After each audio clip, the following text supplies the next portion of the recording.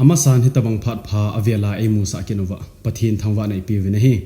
tuni ni khwai sei do num hi pi ham mitia hele athi zo se hi athi pha thlinga thi hi poi ti hi sei do num ve nahi azi chu pi ham mitia la hin mi hi athi ting le i ho hin i sei tu pi pe no chu pi ham mitia le ama hi athi pha na athi pha thling se na thi hi tai pathin na hin khu thlinga ala hi tai ti hi i ha sei pe no hi i pi za hi chi i sei jiu ham mitia hi le Bible la ki mudung zui achule thilum dan hi ivet na hi le athinu athipa in sungmi te adal ha in sungmi te chu alungmun theina dingule hi ta chu hlep biaum theina dingu wa chu ama hi pathinin a hin khuati pha thlenga ala hi tai ti a chu am hos ilhamun ji oi hi chi ilhamun na o hi wanga chu hi chi thuta hi lo hi adi hi poi ti hi tu ni pharin i sei do nu be na hi athi zo se hi athi pha thlenga thia hi poi ti hi tu ni pharin sei do nu be na hi Bible chang khat hin sim do enkating thu hil pa bung sagi chang som lagup som la sagi na chun hi ti na sei na hi kidi sa be se dan lang nang le nang zong aching chung chonin kisim do dan ipidinga nang le nang nakisu mang jeng ding ham git lo zong bol be se dan mingolin zong wang umdan ipidinga na thi pha thling lo la ya namo thi ding ham ati na hi ipidinga na thi pha thling lo la ya namo thi ding ham ati pa hi hoi tai ngai to ale a thi pha thling lo la ya thi hi a ume ti hi ki chi tan a ki mo na hi mi him thi zo si hi thi pha thlinga thi ji hinam ti hi to a hi koi san lin ta thu do lin ta a hi ta na hi ipiz ami thi ting le pathina ti pi pha thlinga thi a hi iti ziu ha hi chi i sei zuwa hi tia i ngai tu pau hi di mong nan te tu nia i simun hi chi Bible cha hin sim do na wa ku na chu wang chu ivet na hi le hi chi ha di poi a thi zo se he thi pha thlinga thi a hi poi ti chu ki chi ta ni mu ta we na hi ipiz a mi him khat chu thi ji ham a thi hi a hin hu hi a pha thling monga thi hinam ti wang hi mi a thi zo se hi ama he thi pha thlinga thi hi ti wang hi i sei thei pu ne hi zong le a thi ho zo se hi a bon vai a thi zo se hi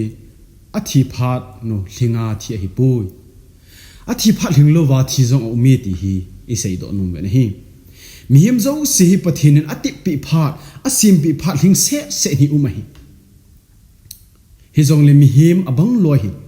hi chi pathin a ti pi pha hin khu thing se na api hi chi amma pathin a ti pi pha chu hlungman lovin amain akila mangjin akila tanjin ain kho chu a pha thing lovin amang chai ji be nahi ti hi isei do nom be nahi itabang mi ho chu hi tabang ho chu itabang mi ho chu hi tabang mi chu hiwam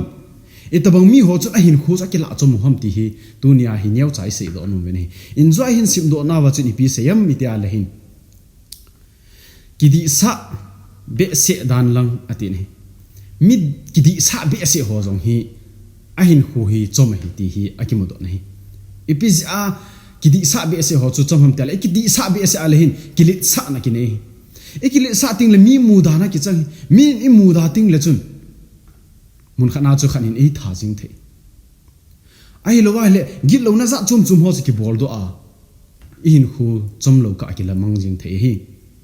chule ba na chun nang le nang zong ki chi sa be se dan ti chu igidi sa be sa ikichi sa be se ale eile hin hu hi kila chom the hi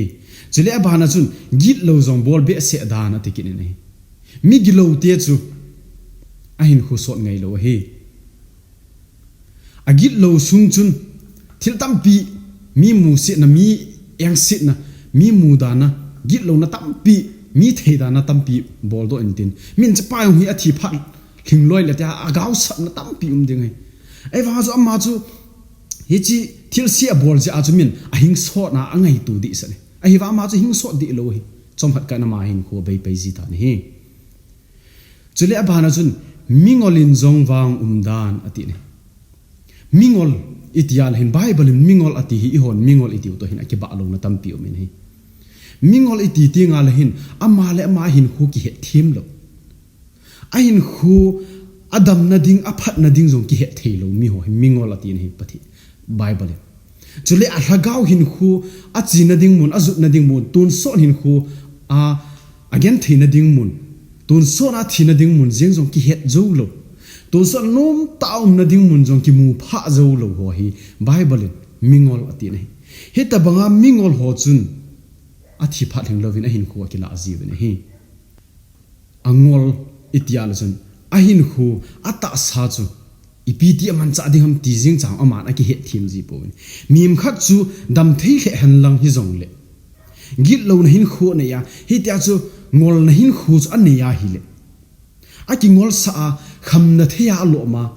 ata sa su si thei su kha the ho chu ani a adona a gi man cha hi le chom khat ka ama a hin khu chu ki la mang jing the hi ta sa hi pathin dam sel sela a hin si hing se na bukim se na kidang ta thupi ta si mai hin la he ta mas bible mingol atin kingol sa mingol in jong hin atin mingol ha chi kha ai le chi ita sadam theina di pa chu an ki gyal phaji ta lo idam theina ding pa chu ki he pha ta lo chi a chu zu ham berry ham khaini ham talam ham number 4 ham kani ham tia chu za chom chom ita sadam theilon ho he ine lu tinga ita sadam theina pa chu asu kha hi chi idam theina pa chu su kha ting le in khu chu hing so lo ding chu het sai ithin hung pom han la ikit niong fel han la cancel za chom chom hi ikin ne lu ta han ilola cancel han la igil pia cancel han hi ja chu ne phalo ini ho ko ne athing lo ho ini ako na hin hi tabang na phalo ho chung ki nei ta han lang hi le ipiti hin so ding ham hi ja chu ingol wa hi le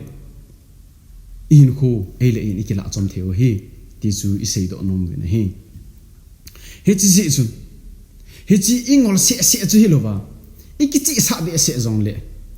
in khu ele in ikila chom the hi ti jong hi bible sun kichi tani mu be ne kichi sa be se kichi sa iti ting le lung thim lang hung po do e lung thim phalo na zau si hung po do ke kilit sa na lung thim hung po do he si kilit sa na pa chu pathin a the sim ti la he tia chon se hung ki pa na chu hi chi kilit sa na ki chi sa na ki bol thei sa na ku nai he chi aso pathin he tabang migilo he tabang ki chi sa ho chu a hin khu a koi sot ngai lo ati pi phat masanga chu ama na hin khu ala chom the hi hin khu simple hin khu la pai pathin hi hi zong le ita sa hi idam theina dingu le iki control theina dingu ha pathin in e ho hi ta sa dam theina dinga chance e hon ita sa iki vian bit theina dingu hi pathin jong chance e pi oi iki vian bit lova e le in iki su si the hi ti yong hi sei do nom be na hi chi ji chun hin kho so ta in hin ka ti ka hin khu hi dam thei ta in hin khu hi dam thei ta hin khu mang nge i ti wa hi le i bol diu thu pi pen chu pakai igin diu hi thu pi pe nei pakai igin wa pakai gi nga hin khu i man wa hi le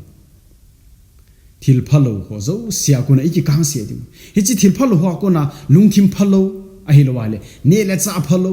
du cha na za chum chum thil phalo ho ko na iki kang se ting le I hagaw hin khu zong dam thea ita sa hin khu hi dam thea ita sa in dam the na nei te I hagaw hin khu ilung thim hin khu ha nop te ngai le hin ita sa in zong dam the na nei he cha pa thin phat thei bu ki changa ne le cha a zong ki la sam ne tui tui ap thil pha pathinin lampi pha ai gon pe ai ne theu he chi ja chu hin khu sim pa pakai igi nova hin khu hi ti ta iman deu hi pakai mena ikiti mo hi pakai ging lo te wang chun ain khu man tam dan het pu a he pu hin khu man tam dan het ta lo je chun ain so dingu zong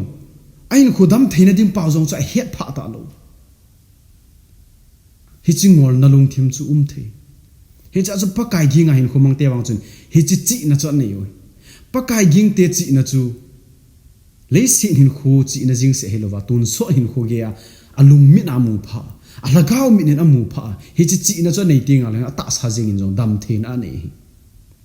hi chi chun hin khu cham chai neu hi ching thei ta in mang hitin pakaya dingin pakai ging hin khu mang lew han